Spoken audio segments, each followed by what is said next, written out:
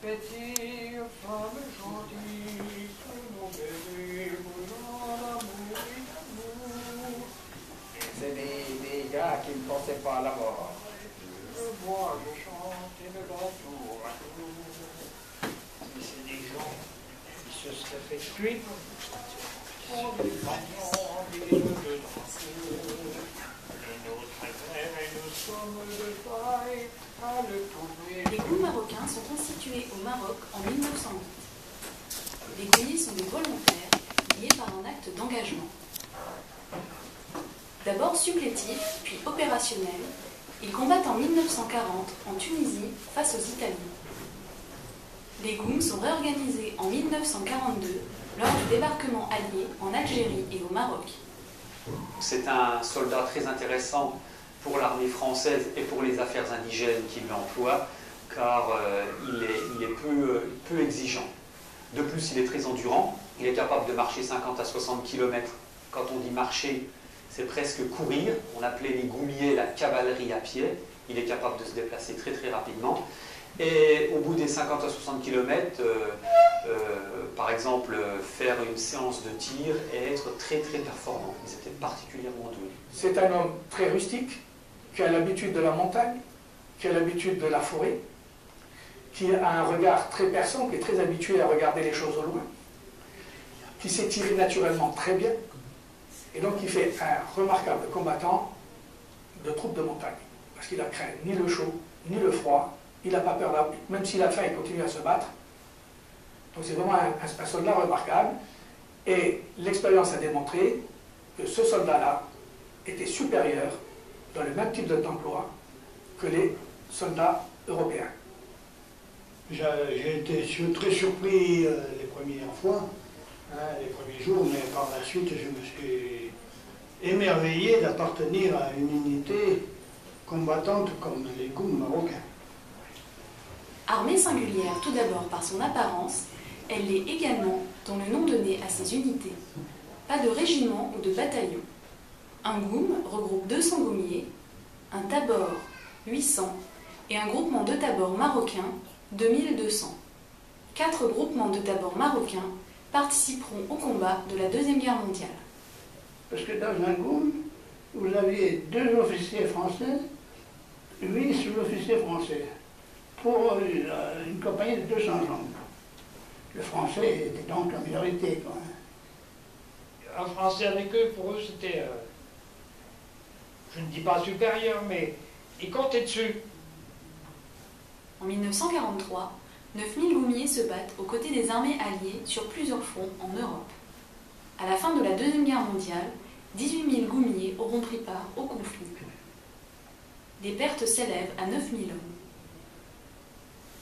En face, il y avait des soldats aguerris. Hein. Ils sortaient de faire 4 ans de guerre. Hein. Et puis, c'était plus les... Vous savez, il y avait des troupes de choc. Hein. Il y avait encore des troupes d'SS. Quand on avait au maquis, c'était encore les SS. Bon, ces gens-là, ceux-là sur le terrain, c'était pas n'importe qui. Hein. Donc, le goumier, je pense qu'il y allait un petit peu comme des grands enfants, je crois. Et malheureusement, il revenait quelques jours après, et il en manquait beaucoup. Hein. Et on le savait d'autant mieux que mon père étant photographe, et que, je ne vais pas dire qu'ils ne sont pas tous passés pour prendre des photos, ça fait des cartes, parce qu'on faisait des cartes postales à l'époque, 6 cartes postales, et j'allais dire, beaucoup ne revenaient pas chercher leurs cartes postales. Ça veut dire qu'ils avaient disparu. Alors, quelquefois, on donnait à un ami qu'on connaissait, à ses collègues. Un soldat seul ne peut pas résister. Ce qui fait résister un soldat, c'est la camaraderie, l'entraide, voilà, c'est ça. C'est marrant, hein. Alors les soldats entre eux, bon, ils se réunissent, ils partagent les souffrances, ils partagent les ravitaillements, ils partagent. Même quand on posait des questions, parce que forcément on posait des questions, où est qu'est-ce qu'il est, c'était le silence.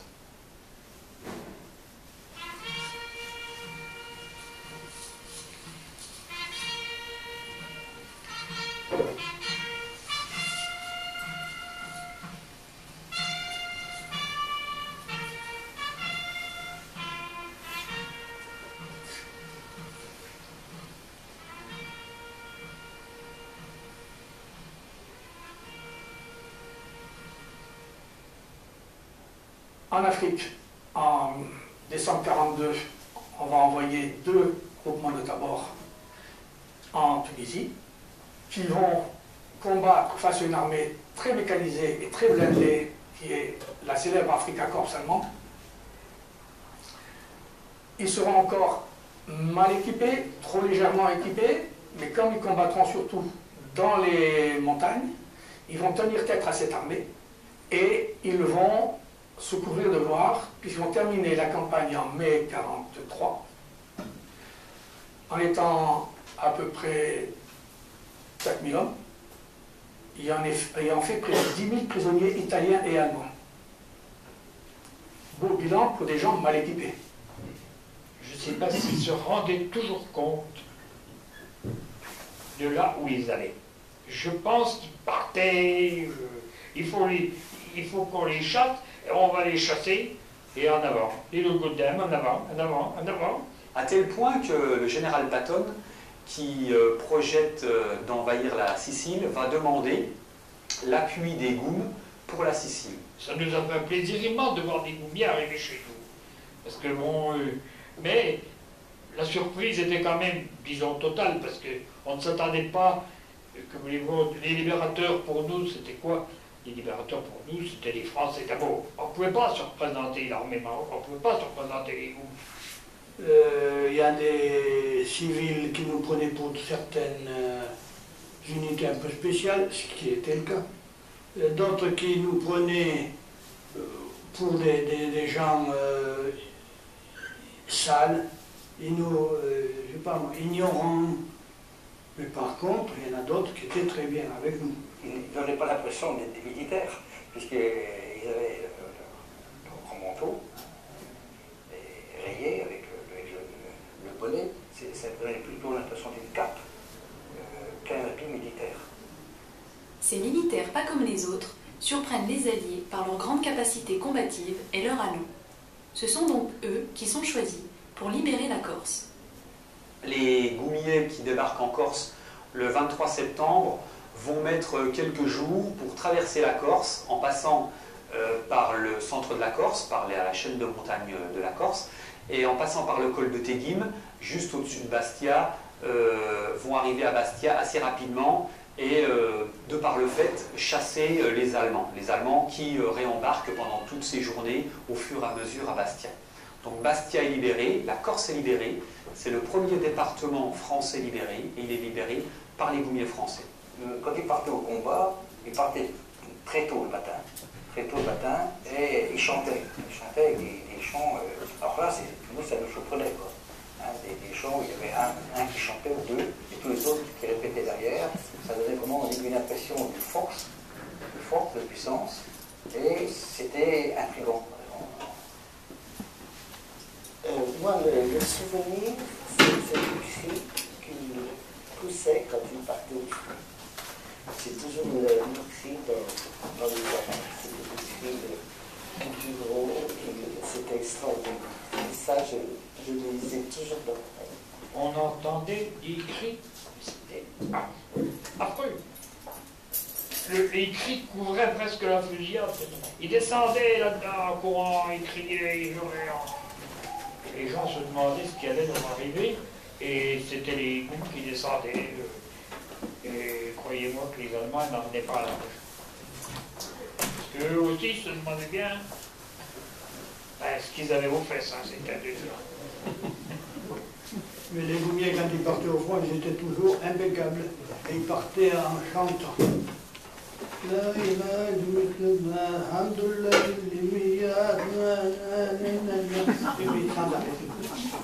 Le corps expéditionnaire français se crée en 1943 et combat en Italie, puis sur le sol français, sous l'égide et l'influence du général Join. 2 groupements de Tabor marocains se battent en Italie, aux côtés de la 3e division d'infanterie algérienne et de la 2e division d'infanterie marocaine. Dans ces terrains très escarpés, les Goums et leurs trains muletiers viennent en appui des 2 divisions pour le transport de matériel. Alors, nous avons combattu là justement aux environs de Cassino, du début jusqu'à la fin, jusqu'à ce que Cassino tombe, quoi. Mais enfin, c'est quand même les Français qui ont contourné les résistances allemandes qui ont fait que Cassino est tombé. Personnellement, c'était en plein hiver, j'ai pas trop précis.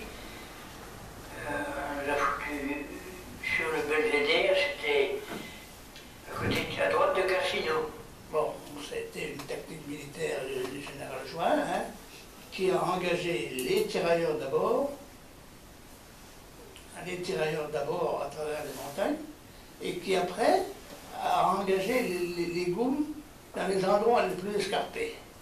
Les Allemands étaient persuadés que ces passages-là de montagne ne seront pas pris. Alors que les goumiers, eux, avec leurs mulets et autres, ils sont passés et ils ont surpris les Allemands en quelque sorte. Du bled je pars, de gare en gare, léger brouillard, soleil s'évade, allez, allez, allez le wagon, zidou dam, at el الحور شكل الجبال إضاءة الوش كلها غبال احنا ولاد الشمس حلاكم رجال كلها بالغير علينا ريال. Alors le débarquement de Normandie, lui, s'est passé le 6 juin 1944, donc 2 mois plus tôt. Mais pour prendre les Allemands en tenaille, il faut absolument ouvrir un deuxième front. Ce sera donc le débarquement de Provence. La libération de Marseille se fera par 4 unités, les 3 GOUM, ainsi que le 7e RTA, 7e régiment de tirailleurs algériens. Donc, ce qui fait que globalement, en effectif, les GOUM représentaient un tout petit peu plus que 50% des effectifs des gens qui ont libéré Marseille. La libération, c'est quelque chose qui m'a marqué. C'est pas possible, ces pauvres gens, ils viennent de là-bas, ils viennent du soleil, ils viennent mourir ici comme ça, pour nous sauver et pour nous délivrer, parce qu'on n'attendait que ça. Après les défilés à Marseille, les goumiers se lancent à la poursuite des armées allemandes qui refluent. Les groupements de Tabor marocains se séparent. L'un ira combattre dans les Alpes, notamment dans le Queyras. 2 autres remontent la vallée du Rhône et se dirigent vers les massifs des Vosges.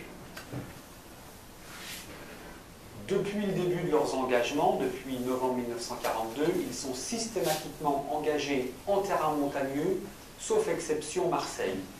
Mais les Vosges est un terrain montagneux différent de ce qu'ils ont connu jusqu'à présent, puisque les Vosges sont couvertes de forêts. De forêts de sapins, de forêts de feuillus, avec des journées qui sont courtes en hiver, où il fait nuit à 15 heures, où la visibilité est réduite, où les montagnes finalement sont assez petites, où le froid, l'humidité est permanente, et donc ça va obliger les goumiers à fonctionner différemment de ce qu'ils connaissaient avant. Qui dit forêt, dit terrain miné, terrain en embuscade et autres. Et puis, vous ne pouvez pas faire du feu en forêt comme dans une autre région, quoi. Oh, on en a pas mal plus, c'était dans les Vosges en Alsace. C'était pas le climat pour eux, ça. Eh bien, les goumiers ont beaucoup souffert du froid, surtout les pieds, parce qu'on a beau dire, mais quand on est des heures et des nuits et des journées dans la neige, dans la gadoue, des engelures, c'est certain, il y en a, les pieds, ils ne sentaient plus leurs pieds. Mais ils ont souffert du froid, c'est certain, comme nous tous, mais en fait, ils ne parlaient pas. Il n'y avait pas la... Où on se rendait compte qu'ils souffraient du froid, c'est par les pieds gelés. Les pieds gelés, ça c'est évident que celui qui avait le pied gelé, il allait à l'infirmerie. Mais entre-temps, on ne s'en rendait pas compte, quoi. On ne le voyait pas, quoi. Et c'est pour ça que c'était un peu un handicap, comme disait le maréchal de l'Arc. Il y avait des centaines de pieds gelés qui ont beaucoup perturbé les combats. J'étais soigné dans un coin, c'était un hôpital, était installé dans un tissage. On m'a coupé mes souliers,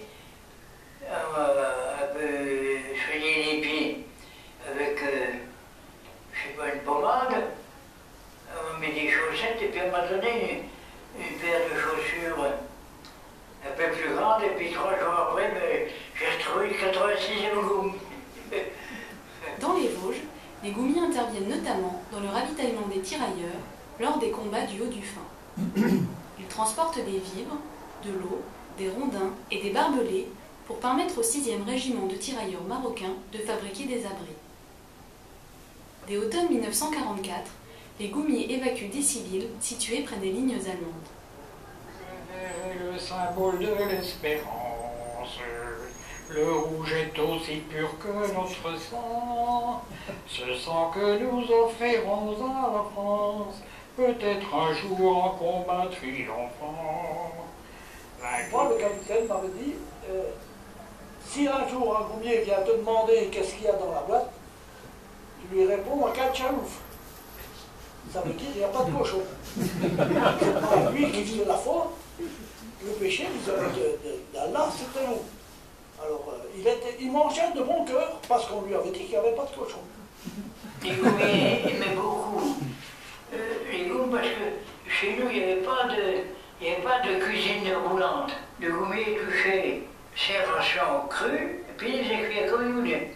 Même ici, à pleine neige, dans les Vosges, sous les sapins, ils se débrouillaient. Ben, ils faisaient flamber, ils coupaient la viande en petits bouts, ils faisaient des brochettes. Ouais. Et puis alors, la taille au nana. La taille au nana. La taille à la menthe. Eux parlaient un peu de français, nous un peu de berbère, donc on se comprenait au bout d'un moment, on se comprenait très bien. Je me rappelle encore d'une phrase où on me faisait dire « Imshaoul belmise ou le jama machin solio ».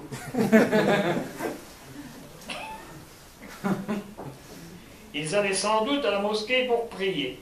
Je me rappelle des mots comme Dar, Dialcher, Median, la maison du Chir est jolie. C'est des trucs qui m'ont marqué, quoi. Et disons qu'autrement. Puis je me dis, il y en avait tellement qui se mettaient à parler français que, bien sûr, les copains qui étaient avec moi, il y en avait qui avaient fait le Maroc et déjà avant, depuis des années dans les Goums, ils parlaient un marocain impeccable. Je parlais, j'écrivais l'arabe. J'avais appris l'arabe et j'ai chez moi encore le bouquin Alif Bafta, Tsa, Adjim, Rad, Elzal, Kevrajin, tout l'alphabet arabe. Et oui, j'ai encore beaucoup de souvenirs, mais je ne le pratique plus.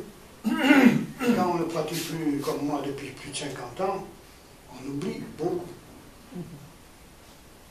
La petite ville du Val d'Ajol accueille les soldats au repos pendant la campagne des Vosges.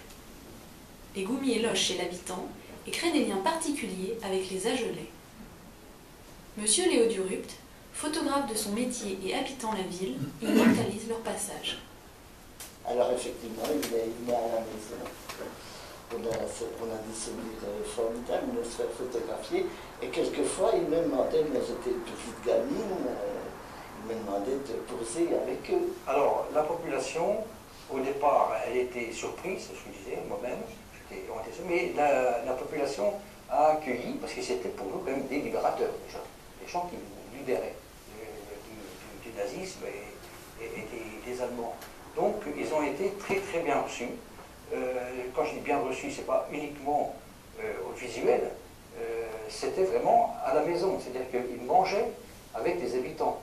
Ils vivaient avec les habitants. C'est-à-dire, au lieu d'être casernés quelque part, ils étaient vraiment, ils faisaient partie presque des familles qui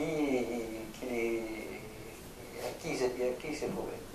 D'ailleurs, moi j'ai entendu dire que le maréchal de l'âtre de Tassigny avait appelé le Val d'Ajol le Petit Maroc, tellement l'accueil avait été chaleureux par la population. C'est vrai que chaque famille avait accueilli un des goumiers, les invités au repas, etc. Il y avait vraiment un contact excessivement chaleureux.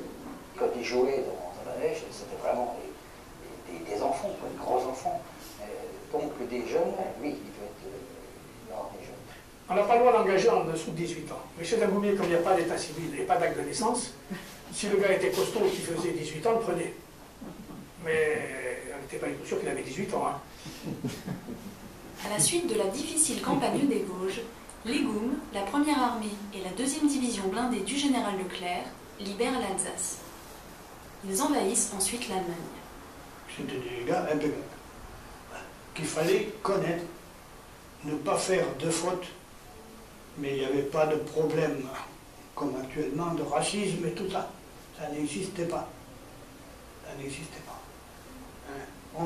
Et ce qu'il fallait, c'était aller juste, ne pas punir à tort, ne pas s'écarter de la voie droite, mais autrement, quand on faisait notre boulot comme il faut, eux aussi. Alors, les Goumiens, ils s'engageaient quelquefois pour un officier. Ils allaient à un goum, ils connaissaient l'officier. Je m'engage, l'officier qu'ils connaissaient parce qu'il avait combattu avec lui en Italie, tout ça. Bon, c'était son dieu. Et il y en a qui sont engagés, qui ont fait toutes les campagnes parce qu'ils connaissaient l'officier, l'officier, moi, mais l'officier. Un chef blessé, il ne restait pas sur le terrain. Ça, c'était... Moi, je sais qu'un coup en Allemagne, j'ai tombé parce que j'ai été foutu en l'air par un éclatement. Un éclatement d'obus, ça a fait une soufflée. J'ai été projeté à peut-être 2 mètres, même pas. Et ben, tout de suite, il y en a un qui est arrivé, en me demandant si ça allait. Bon, il n'était pas obligé de le faire, hein, parce qu'il risquait sa peau. Hein. Oh là oui, oh oui, j'étais très fidèle à leur chef, très. Et pourtant, c'était pas toujours évident, hein, mais j'étais très fidèle à leur chef. Moi, je vous l'ai dit tout à l'heure, que j'avais eu une section, un groupe de renfort Questo d'affaires indigènes. J'avais plus confiance en mes Mourasni tant qu'aux Français. Entre 1948 et 1954, 3 tabors combattront durant la très meurtrière guerre d'Indochine. Bien peu des officiers et goumiers participant à cette campagne reviendront. C'est ainsi que s'achève l'épopée des goums marocains. Ils sont dissous en 1956. Ce que je regrette, c'est qu'on n'en parle pas assez et qu'on ait occulté cette participation des troupes marocaines dans la libération de la France. C'est plus local que général. Certaines communes ont accueilli d'autres régiments, d'autres formations, et elles ont gardé de ces régiments, de ces formations, un souvenir comme nous, les communes. Voilà. Tout le monde ici a gardé un excellent souvenir. Mais dans l'histoire, si je puis dire, avec un grand H, on parle beaucoup des communes. Oui, ça c'est malheureux. Pourquoi on ne leur a pas donné une retraite comme nous? Je ne vois pas pourquoi. Moi j'estime qu'ils étaient français comme nous à l'époque. Leur vie était tout autant, sinon plus en danger que les nôtres. Ça n'a pas été régularisé en partie. Pas du tout, du tout, du tout. Moi, je trouve que c'est dégueulasse, c'est tout. Ils sont battus pour nous, ça sera encore la moindre des choses qu'il en ait autant que nous. Alors, à mon avis, c'est une histoire qu'il faut transmettre aux jeunes générations pour 2 raisons. La première, en dehors de toute nationalité, c'est que ça permet de montrer que il n'y a pas un pays qui ne dépend pas de l'autre, qui tant dans son histoire n'a pas besoin de l'autre. Et ça démontre que l'autre, que parfois on a méprisé, bêtement, parce qu'on ne le connaît pas, ou parce qu'on s'est cru supérieur, parce qu'on a apparemment un développement important, et bien ça permet de démontrer que l'autre, il est capable de faire autant, et de nous porter secours. Le deuxième message à porter, c'est pour l'immigration d'origine nord-africaine, ou africaine, parce qu'il y avait des Africains aussi, qui sont en France, qui sont nés, et qui ont du mal à se faire accepter comme français. Et n'oublions pas que leurs parents se sont battus pour nos libertés. Ils ont autant de droits et autant de droits d'être fiers d'être français que les autres. نسيتونا ونسيتونا في المعقول علاش هاد الحقرة وريتو بينا يكفينا من الكلام المعسول يكفينا من الهضرة علاش النسيان وعلاش البهتان فين الوعود فين الصحبة وفين السلام والجرح يبرى، داوي والجرح يبرى، يولي محبة ونصفى الدنيا من الغياب. J'ai vu le voiture dans les assauts de l'ennemi. Cache les choses, j'ai le corps, notre sang dans la neige. Une trace de combat, marée dans les passés. La peur au ventre, on s'occuper. Si on t'avait dit qu'ici on tombe des frères.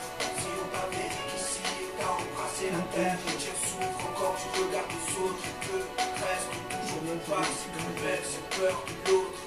وقت الشتاء نسيتونا قلتولنا روحوا حنا خوان زبالة ظلمونا خافوا رميتونا وسط النيران جروح سنسحوا زدتوا بينا للقدام ونمشي في الحياة فرحوا